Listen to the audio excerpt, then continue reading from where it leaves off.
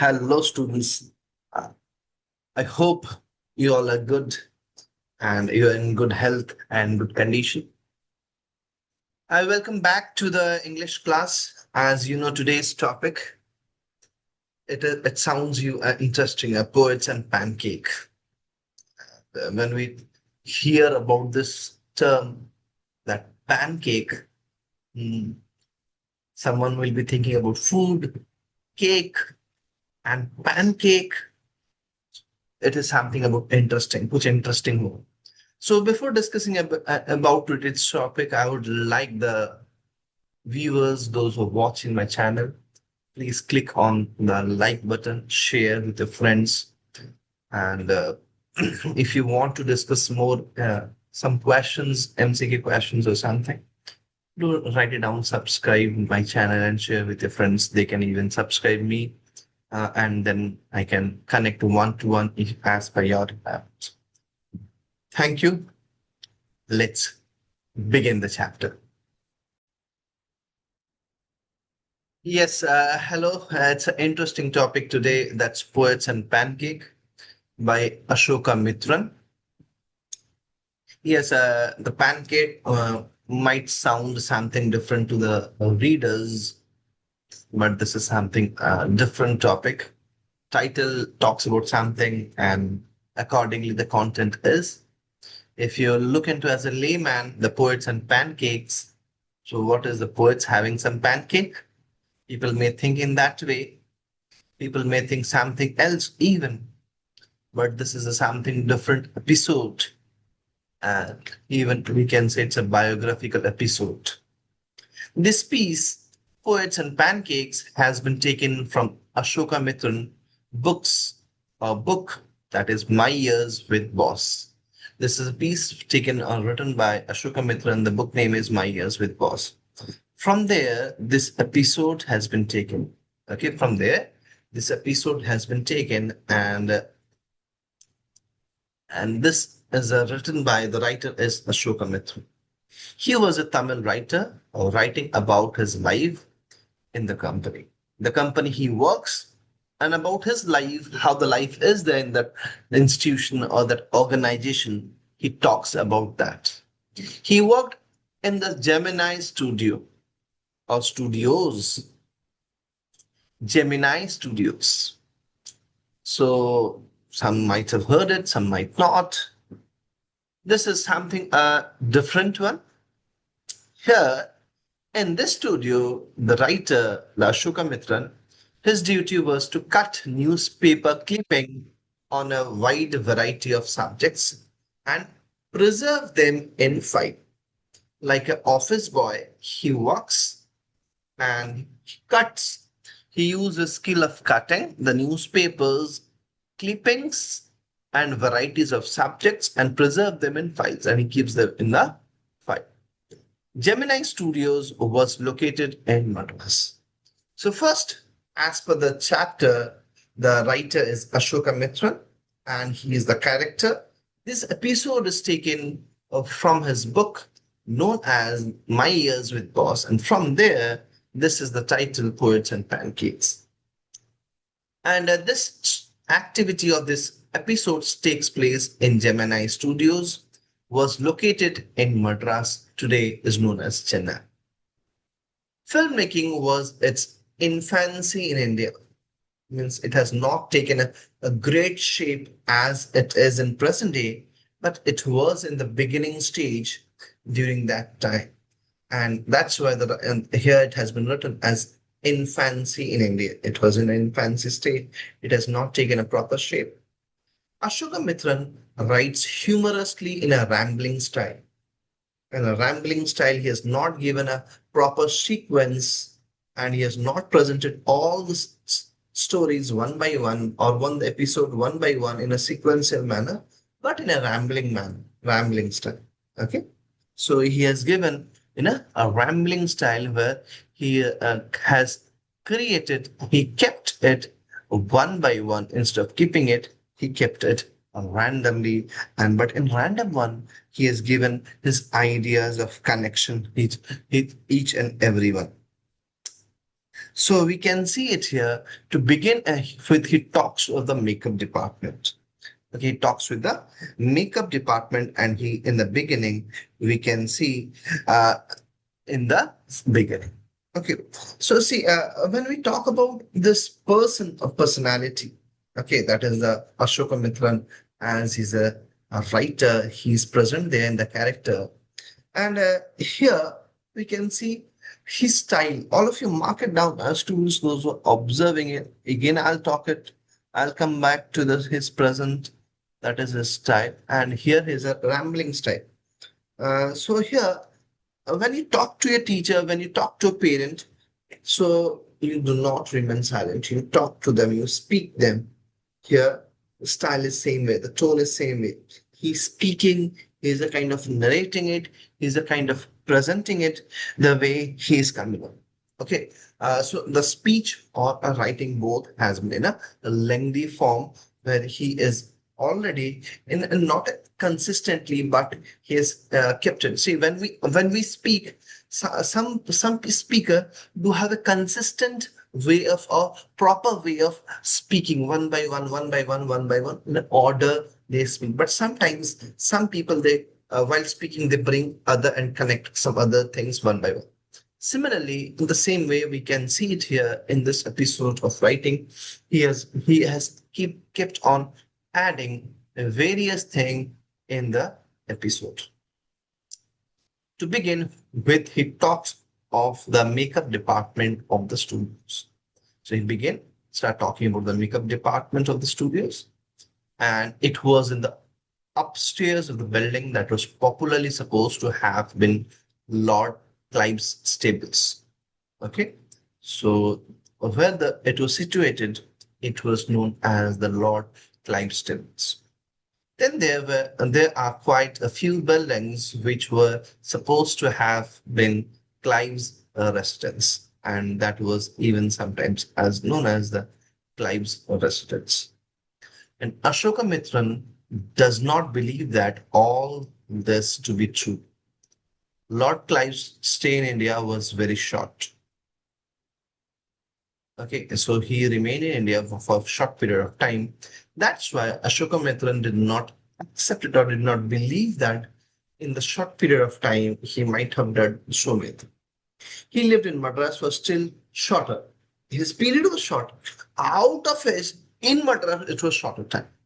Could not have lived in all these houses. So that's why it is difficult for the writer or narrator to accept that he could not have given or he could not have given his ultimatum time or the most of the time spending or living in that house.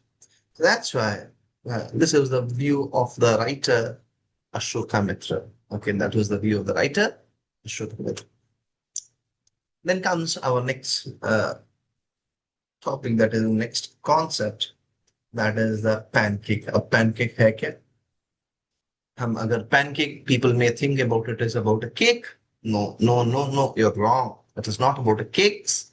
Pancake was a strange brand name for makeup material. So these days you apply various kind of makeups on your face, and this is one of the brand name of the makeup material, that is a pancake. So many brands you can see the makeup materials these days girls use it, and one of them is during that time, okay, that is Pancakes. Gemini Studio bought truckloads of these materials. It was used by the makeup department.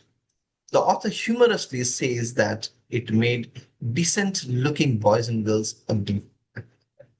Yeah, we can say even it happens in the present day even, but the writer here says that the author connects the idea that decent looking boy and girl into a humorous manner, in an ugly way, in a humorous manner. He says that like in an ugly way it becomes. So we can see here students again the way of the use of humorous part here. How the one can use this makeup for the makeup is used to for looking beautiful. So the to the audience or to the camera. So that's where this makeup was done, and that was done under the brand name known as Pancakes.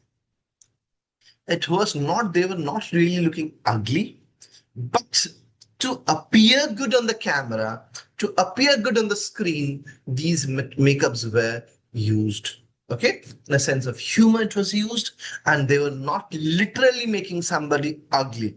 It was doing, they were that they, the person, when he comes on the camera or when he appears on the camera, he or she must look good. So that's why this decoration, this ornamentation was for the presentation sake, not for the reality sake. Okay, I hope all of you are able to understand it. Next, we can see talking about the makeup department. The writer talks about the makeup department. He talks about his office boy. He talks office boy. He was in fact a grown-up man of 40. The office boy who was the students, I spoke in the beginning like a office boy, and here is the office boy. Means writer narrator, he was doing a job like office boy. I mean, in the office, those who help do the assistance or do the we can say peon in a simple way. We can say the peon in the office, in the school, in an institution. There's a peon who do the office activities. Similarly, there's an office boy. But I tagged him, means whom, the narrator, the writer, as a doing an official work, is cutting of the newspaper. So as even in the office, it happens. Okay, so do not get confused, son. You said in the beginning like office boy. No, like office boy, his activity was to cut papers. Here is a character known as office boy. Talking about the makeup department, he talks office boy. There is office boy in the department or in the studio. He was in fact a grown-up man of 40. He aspired to be a director or the top star, but he remained an office boy. He blamed his neglect on Sub. Okay, he blamed this to whom? To the Sub, who was considered to be number one in the Gemini studio. Okay, he was considered to be the number one in the Gemini studio. Okay. Then comes next. Now the author tells about Kothamangala Sub. Now after comparison, he talks of his office boy, and then he compares with whom? Gemini Studio, that is the Kothamangalam Subbu, who is to be number two. Then he's talk about him. He was a talented person. He was a poet, novelist, actor, and filmmaker, all rolled into one. But he had no aspirations. He was loyal to boss. He was loyal to the boss. He had no aspirations. He was no interest to do, or he was having no aim to do it, anything, but he was, one thing was good about him, he was loyal to the boss. Okay. So no aspiration. He was not interested to do something extra. कि मैं ये target achieve करूँ, ये means he did not want something to be in future. Whatever he is, he was a poet, novelist, actor, and filmmaker, all rolled into one. Multi-dimensional, multi-talented, multi-positioned in one pack. That was number two. That was Sub. He had no aspiration, no aim, nothing. He was loyal, but he was very much loyal to the boss. He tells us of the legal advisor who was a member of the story department. He was the member of the story department. He wore Western clothes and looked odd among khadi-clad writers and poets who were averse to communism. Okay, he was averse to the communism, means he was who were averse to the communism. I cannot say, but he wore a Western clothes, looked odd among khadi-clad writers and poets, and who was averse to communism, who was opposite to the communism. Okay, the legal advisor ruined the career of talented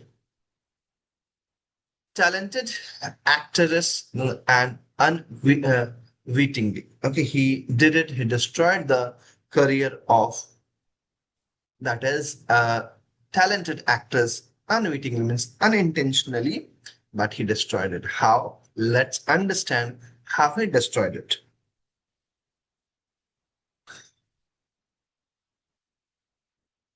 So we can see it here.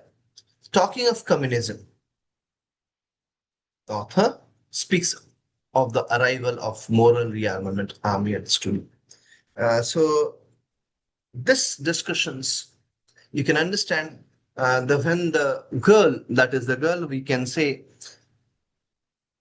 and this we can say about that when she was talking or she was in the state of anger, then the legal advisor did something that she lost her career as a talented actress. But it was not intentionally to that he do not he want that she should leave the career or she want to go away from there. But it was his way to deal with this situation, that where she can calm down, she should learn how to behave. Then we can say that talking of communism, then we can see the talking of communism. The author speaks of the arrival of MRA. This is the important one. Uh, this is the important of MRA, Moral Rearmament Army at the student. MRA. First concept, see, students, I'm just wherever necessary, I'm trying to underline it to mark it down. It's an important segment of the chapter where uh, how about the concept of communism, who was supporting it, was not an anti-communism concept. Here the here's the opposite of the communism, who were averse to communism, who was not supporting the communism. Okay, and those who were the supporting communism will know about them even, and who was not supporting it. And then here another concept of moral rearmament army understood. It was a sort of counter-communism movement. It was counter-communism movement. Means to counter, to fight against the communism. It presented plays in the studios. Their plays influenced Tamil dramas, but the anti-communism had no effect. Okay, had no effect. But the anti-communism had no effect. It did not create much. But as they presented it, as they directed it, as they narrated it, it was a great effect on the people. Later, we can see later an English poet paid a visit to the studio, but nobody could understand what the poet said or what the purpose of his visit was. See, he was British one, English. The way he started speaking English during that time, speakers were not in the Tamil. It was Tamil and it was in India. The people were not that much sufficient enough to understand that English language. So that's why they did not understand this, the man who paid his visit during that time. And the poet, which the author discovered, was the editor of the periodical The Encounter. He wrote an essay on his disillusion with communism. Okay, he wrote an essay with disillusion with communism. And the poet is Stephen Spender, and his visit to the studio has been in the connection. Okay.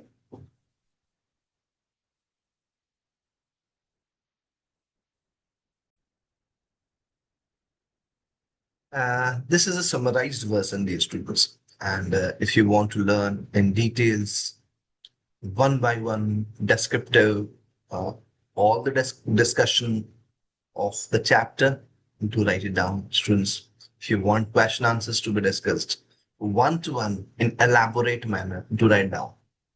And do subscribe to join my channel. Do sell to share the newbies who are coming and looking to my videos. Connect me if you want to learn, and share your juniors and seniors those who want to learn, and they can get a chance of learning, because this is a high time of learning. This is not only I'm going to teach you the literature from English class 11, 12. I'll teach you bachelor's degree, master's degree, and even the spoken English and other activities. Whatever you want to learn, connect me, write down personally. This is just a platform to share summarized one, short one. So more to come. Just your connection, your subscription, your sharing. and your views will matter a lot. Thank you. Do subscribe. Don't forget to subscribe and follow. Thank you. Bye bye.